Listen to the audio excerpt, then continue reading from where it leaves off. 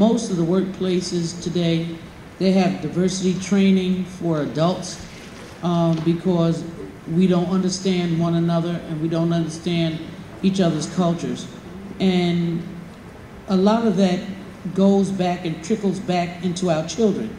And if the adults don't understand one another, how do we expect children to understand one another?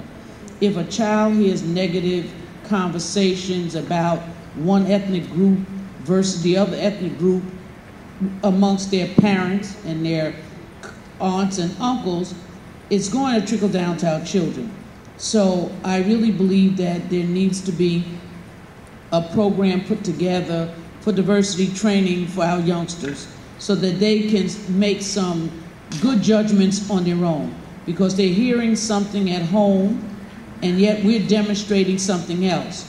But if they're given the right information like they do about their academia, they can make better choices. So I really think that the district needs to consider some way to have diversity training amongst our youngsters so they can get to learn about each other and what the different cultures do, which are not necessarily applicable to them in their culture. So they can learn about one another and learn to get along with one another.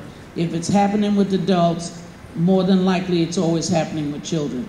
But we overlook them and don't think that they need the same training that the adults do. And today, you see it with the fights, that we need to now start looking at giving diversity training to our youngsters. Yeah, it should be in the curriculum. You're right, Dr. Thomas. Anybody else have a comment? I'll take a motion to adjourn. Mr. Sebron has made the motion. Mr. Williams, second, without objection. We are adjourned.